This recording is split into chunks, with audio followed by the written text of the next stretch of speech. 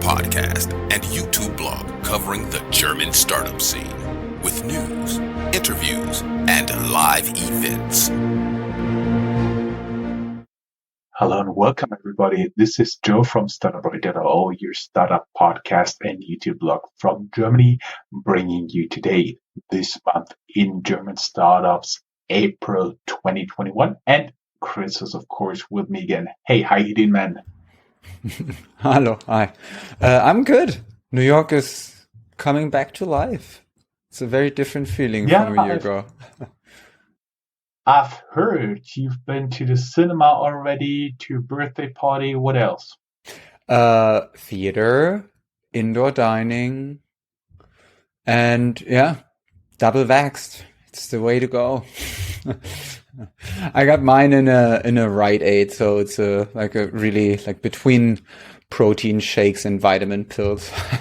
Sounds pretty promising. I hope I can announce in September news that I got vaccinated. Right now, the European Union, including Germany, does have some problems with getting their hands on enough vaccines. But my mother and my mother-in-law have already been vaccinated. And my wife, since she's working in the food and drinks industry, she's also up for vaccination pretty soon, we hope. Let's get a little bit down to business this month in German startups, April 2020. Welcome to this month in German startups by Startuprad.io in a transatlantic news recording with Chris in New York City and me, Joe, from Frankfurt am Main, Germany. If you haven't done already so, make sure to hit the like and subscribe button down here whenever you're listening to this or watching this. Today, we're wrapping up April 2021 for you. We talk about SPACs, which have been all the rage, but now they get to work. We bring you news about potential SPAC deals, for example, with Solarisbank, Infarm, Lilium, and Volocopter. The first three eyeing a valuation of more than 1 billion. And we also have a gorilla unicorn. Make sure to follow us. Here's the link, linktr.ee, linktree/startup radio. And a little bit of housekeeping here. Stay safe, everyone. As always, Startup Radio is working tirelessly towards our internet radio station.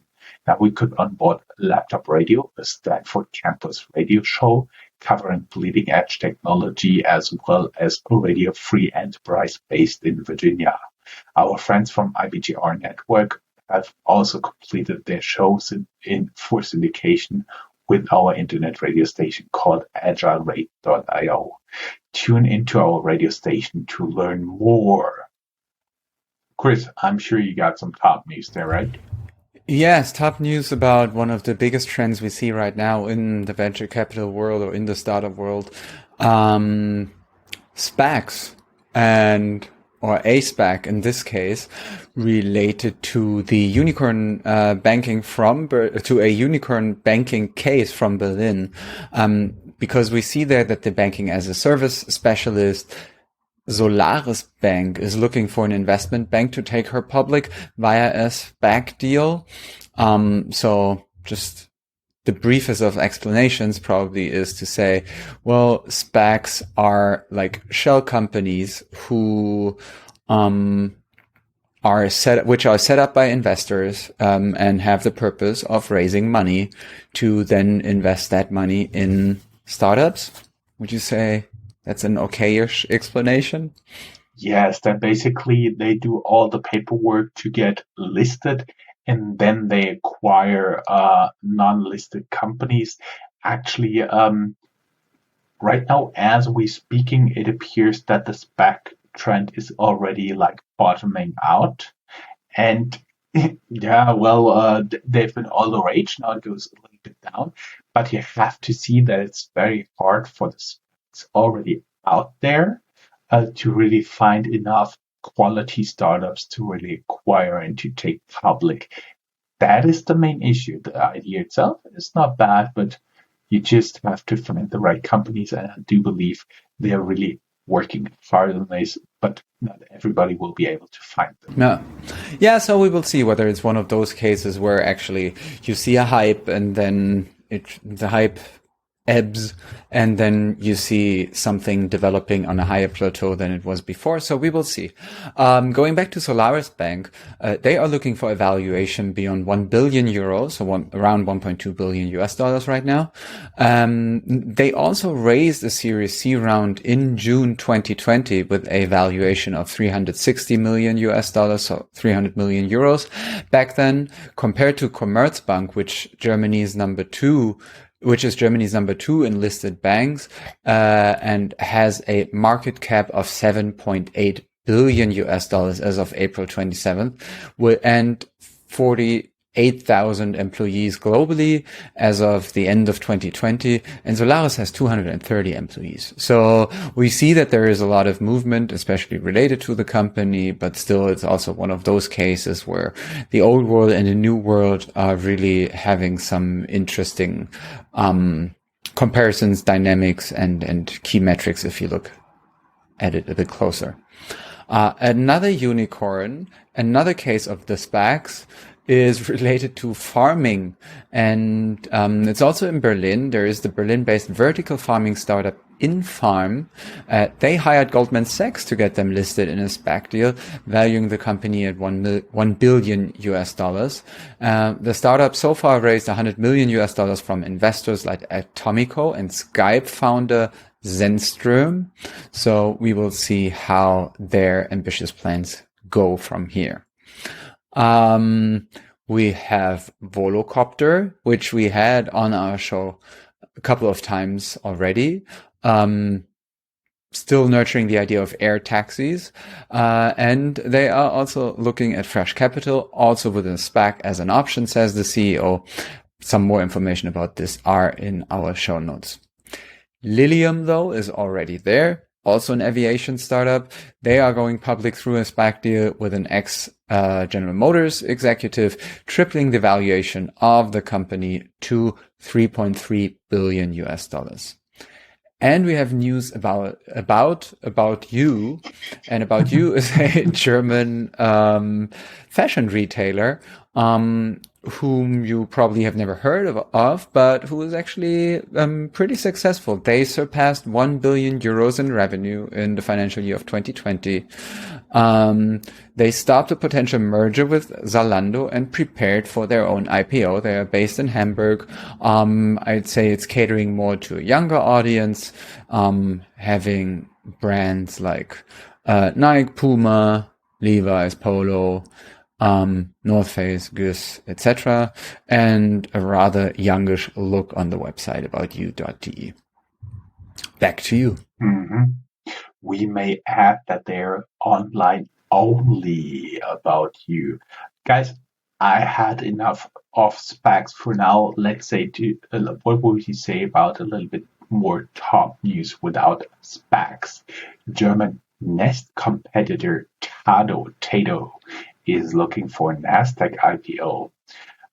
We found Tato is a German competitor of Google's Nest. They raised more than 100 million US dollar VC money from investors like Siemens, Amazon, Total, or Amazon, Total, and E.ON, a German energy company. Total is a French energy company, and now they're considering an IPO at Nasdaq. We will surely keep you up to date there.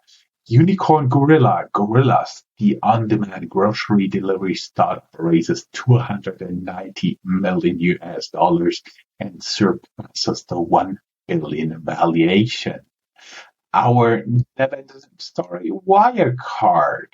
We promise to keep you up to date, and we stick to it every news.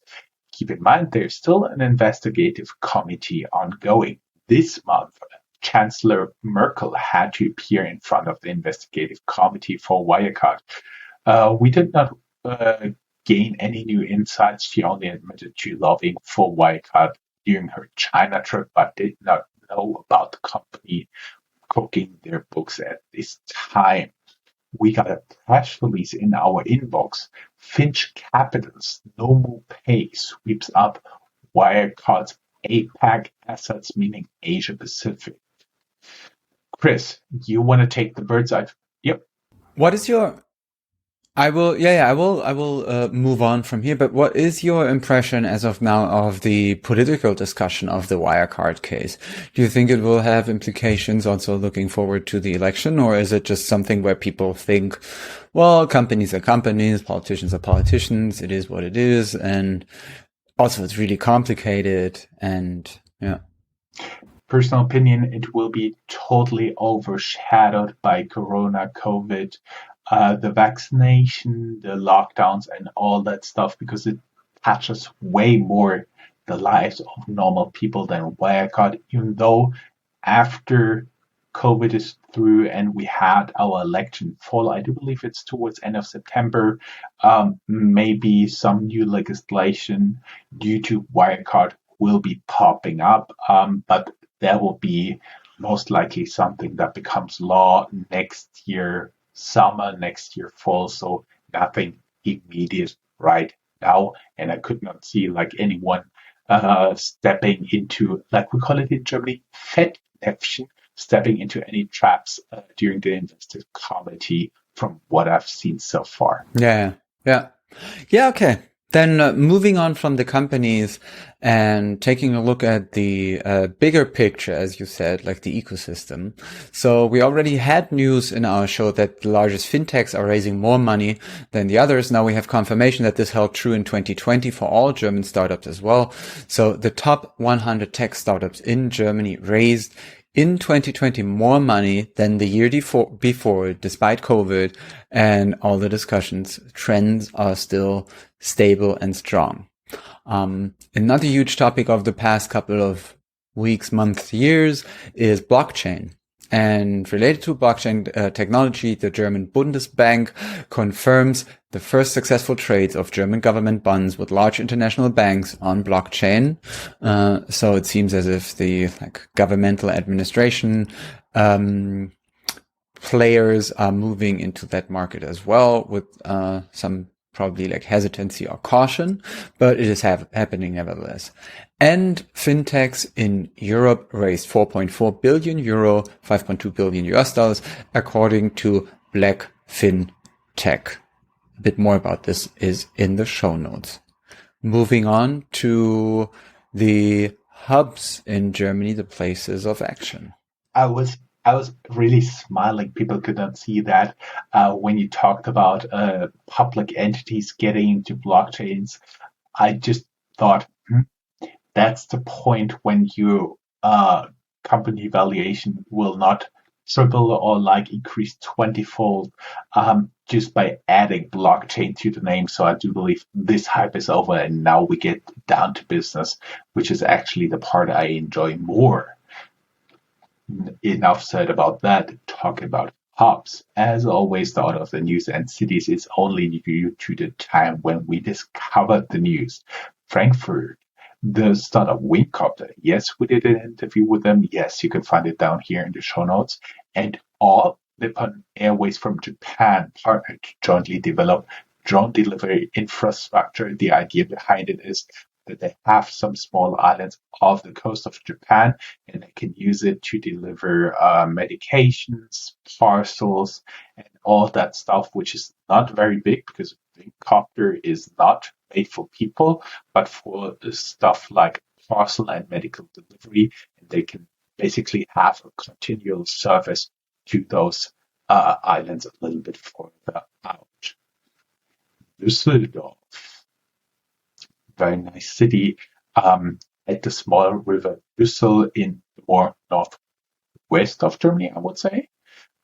Citigroup and the UK-based asset manager Chenabari invest 250 million euros, almost 300 million US dollars in Düsseldorf-based finance platform Aux Money. You heard about them in the past. This money is intended for credit that it can directly hand out from the platform.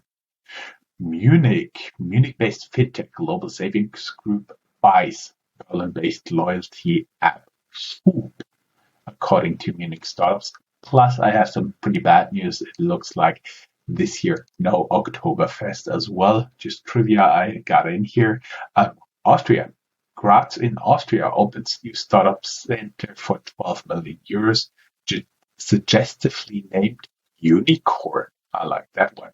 And Switzerland, Zurich-based Beekeeper acquires Hua to tackle trillion-dollar opportunity in the frontline workforce productivity and collaboration space. Chris, I do believe you got some news on single companies. Yeah, so we had the top news, we had the ecosystem, and we had the hubs. So we are diving even further down and now look at some more company news. And that brings us back to the topic of SPACs, because the ticker symbol $RKTAU is the SPAC made by Berlin-based Rocket Internet. So they will be traded on NASDAQ. The IPO volume could reach up to 287 million US dollars, says one article. And we have the German-based SPAC Teotech A. They priced a $300 million IPO as well. So, we will see how much the SPACs will disappear in the upcoming months. Moving on to e-mobility. There was just one curious news story about this, just showing probably why e-mobility is not yet working in Europe, or at least claiming that e-mobility is not yet working in Europe. It was about a retired couple that wanted to drive with an ID.3, an all-electric car, from Freiburg in Germany to Montpellier in France. The normal trip time would be 7.5 hours. It took them 26 hours, though, due to problems with apps, with charging, with payments. And I think it's maybe one of the extreme examples, but with its emphasis on a specific problem, it just shows how media still frames reporting about the future of mobility. And you are giving us some fintech news. Some more fintech news. Thanks, Chris. Berlin-based payment terminal provider SumUp raises 750 million euros venture debt from investors like Bain Capital and Goldman Sachs for further expansion.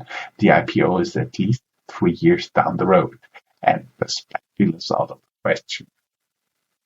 Allianz X, the VC arm of German insurance giant Allianz, formerly the company builder, is rumored to have invested 100 million US dollars in the 600 million investment round with Stripe.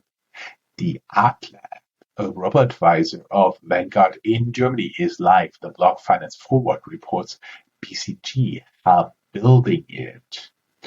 And Sifted has a nice article, Meet the Fast-Growing N26 Mafia, the employees turned entrepreneurs. Of course, they're referring to former employees of Berlin-based N26 Challenger Bank. And WeFox, the insurtech startup from Berlin, brings in Goldman Sachs for a funding push. Chris, some more companies, some of it in the spirit of being a true wrap-up, a bit older. For example, in mid-March, we already learned that the founders of the Berlin-based Colibri Game Studio are leaving the company after they had already sold it to Ubisoft from France in 2020. They claim that they want to move on, or they plan to move on also to be in more investors themselves.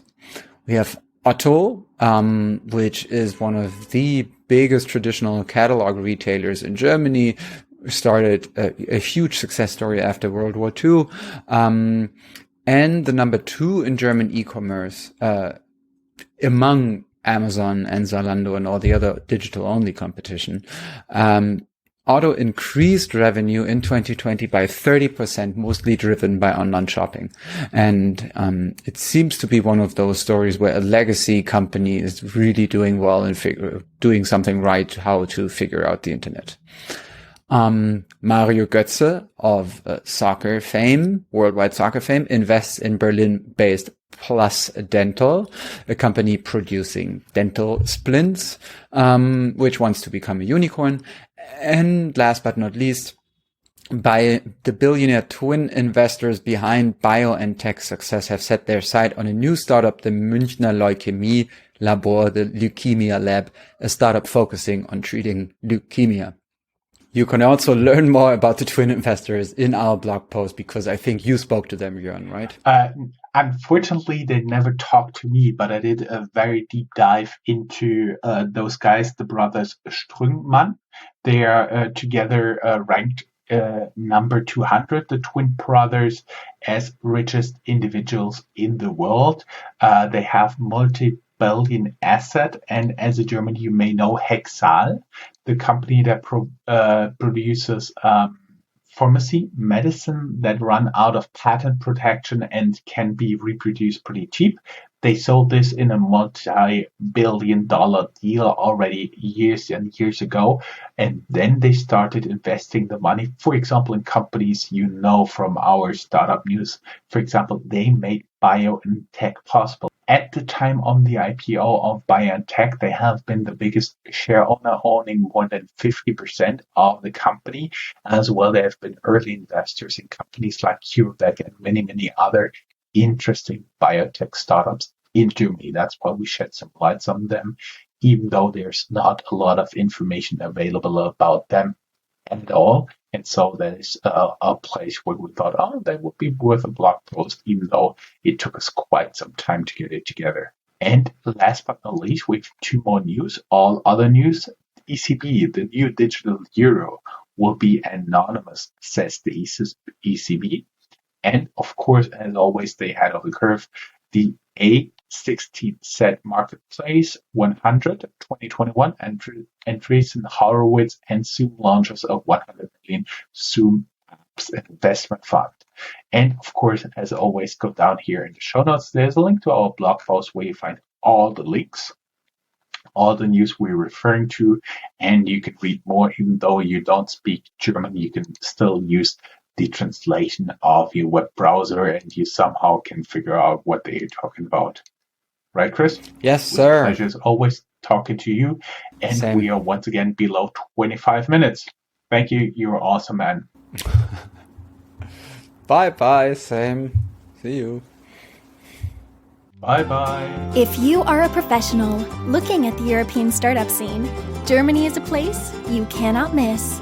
Fortunately for you, there is Startuprad.io, the authority on German startups. This English-only podcast brings you fresh interviews each week. Most likely, you have never heard or read anything on these startups before in English, but you will in the future. Be ahead of the curve and subscribe to Startuprad.io podcast, or check for the Startuprad.io internet radio station. Check your Alexa for the Startuprad.io skill as well.